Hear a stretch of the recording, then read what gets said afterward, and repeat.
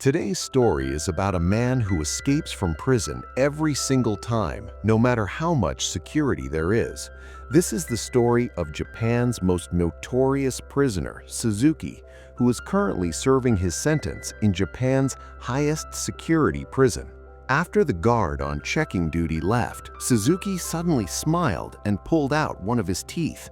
A little while later, guards came back for a check, but this time Suzuki had escaped. They suspected someone was there, but Suzuki was no amateur. He moved silently, dodging the lights and hiding here and there. When the guard rechecked the isolation cell, they realized Suzuki had escaped. They immediately called the other guards, and soon a crowd gathered. As Suzuki was running across the roof, the prison sirens began to blare loudly. Suddenly, heavy rain started, and we are shown the story from 12 years ago. 12 years ago, some prisoners were brought to a jail, and among them was Suzuki, who had come to serve a 10-year sentence. Since he never spoke, everyone assumed he was mute. He also had an inverted tattoo of Mount Fuji on his chest. Suzuki was famous for escaping even back then and had already done it 3 times. After this, Suzuki was brought to a small room that had only one ventilator. He looked at the ventilator carefully. Something was definitely going on in his mind. Outside, the guard told the prison warden, Mr. Kanemura, that Suzuki wouldn't be able to escape this time at any cost. But as soon as he looked through the glass, Suzuki had already vanished.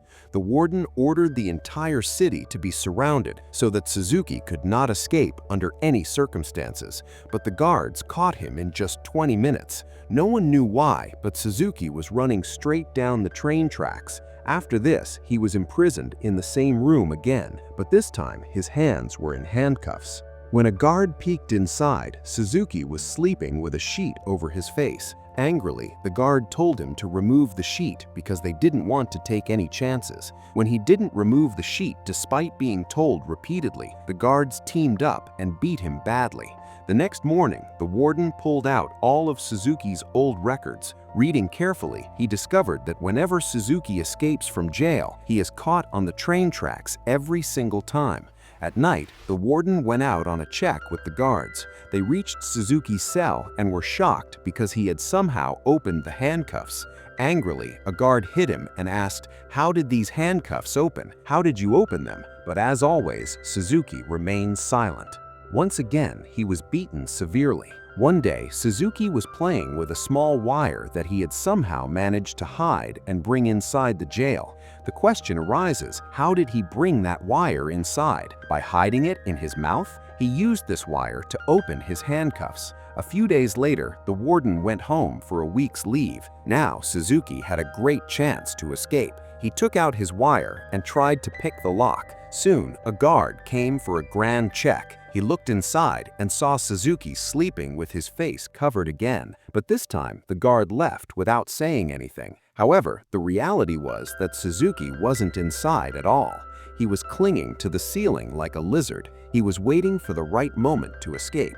After the guard left, he slowly reached the top. He punched the last spot on the roof and escaped from there. When the guards found out, they immediately sounded the siren. The warden was also informed, and he immediately left for the prison.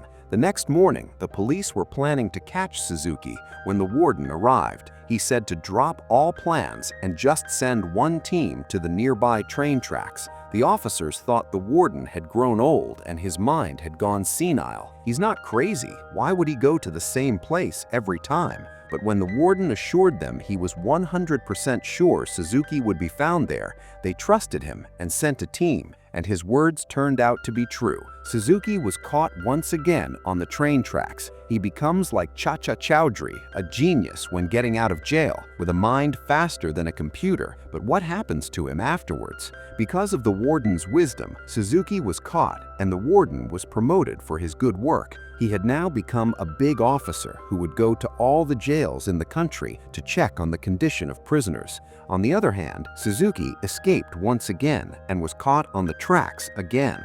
Every year, he was sent to a new jail with even tighter security, but he escaped from everywhere. Because of this, the media gave him the title of Star Fugitive, and he became famous throughout the country. 12 years later, he was brought to the central jail. Here, he was under heavy security because 10 guards were standing just to keep an eye on him. His room was made entirely of cement and had several locks on the door. This is the same isolation cell we saw at the beginning of the story. After being put in, Suzuki glanced around. He was preparing to escape once again. A guard brought food to his cell, but before he could leave, Suzuki grabbed him and handcuffed him.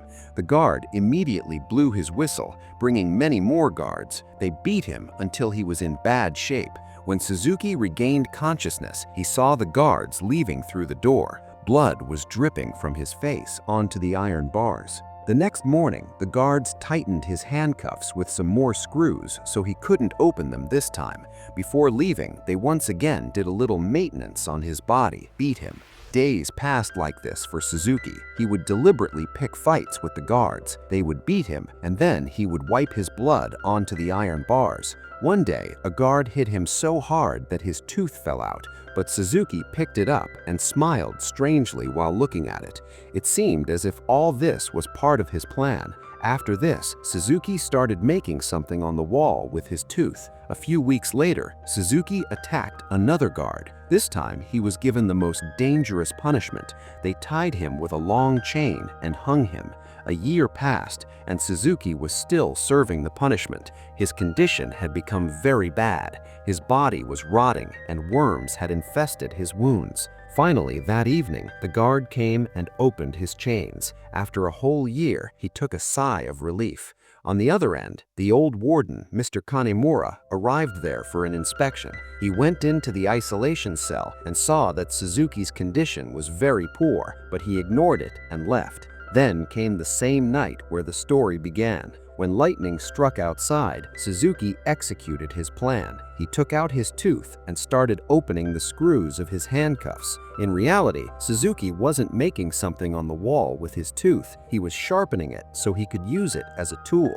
Freed from the handcuffs, he went to the door and started pushing the iron bars. Due to the constant dripping of blood, the bars had rusted. Within moments, the bars broke and Suzuki fled the jail. After this, Suzuki's childhood is shown. His mother died as soon as he was born, and his father was rotting in jail. Because of this, he grew up at his relative's house. One day, while practicing in the forest, he saw a man coming from a distance. This was none other than his father. They talked for a while, and then he saw a Mount Fuji tattoo on his father's chest. Unfortunately, some policemen arrived soon after, wanting to catch Suzuki's father. Seeing this, his father started running straight down the train tracks. At that moment, Suzuki vowed that one day he would certainly meet his father. In the present time, Suzuki was running on the tracks once again after escaping.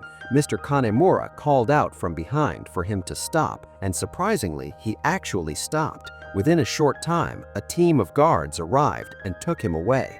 Even the country's tightest security prison couldn't stop Suzuki, so Mr. Kanemura ordered him to be sent to the world's most dangerous jail, Prison Isle. Prison Isle wasn't like an ordinary jail. It was built in the middle of the ocean, where there were constant, strong currents, and most importantly, there were no train tracks at all. Moreover, the sea was full of sharks, making it absolutely impossible to escape and survive. The conditions inside the jail were just as dangerous. There were thousands of guards all around the jail, and if any prisoner tried to escape, there were orders to shoot them on the spot. When Suzuki arrived there, he was immediately locked in his cell. It wasn't a room, but some rods joined around Suzuki's body in such a way that he couldn't even move, let alone escape.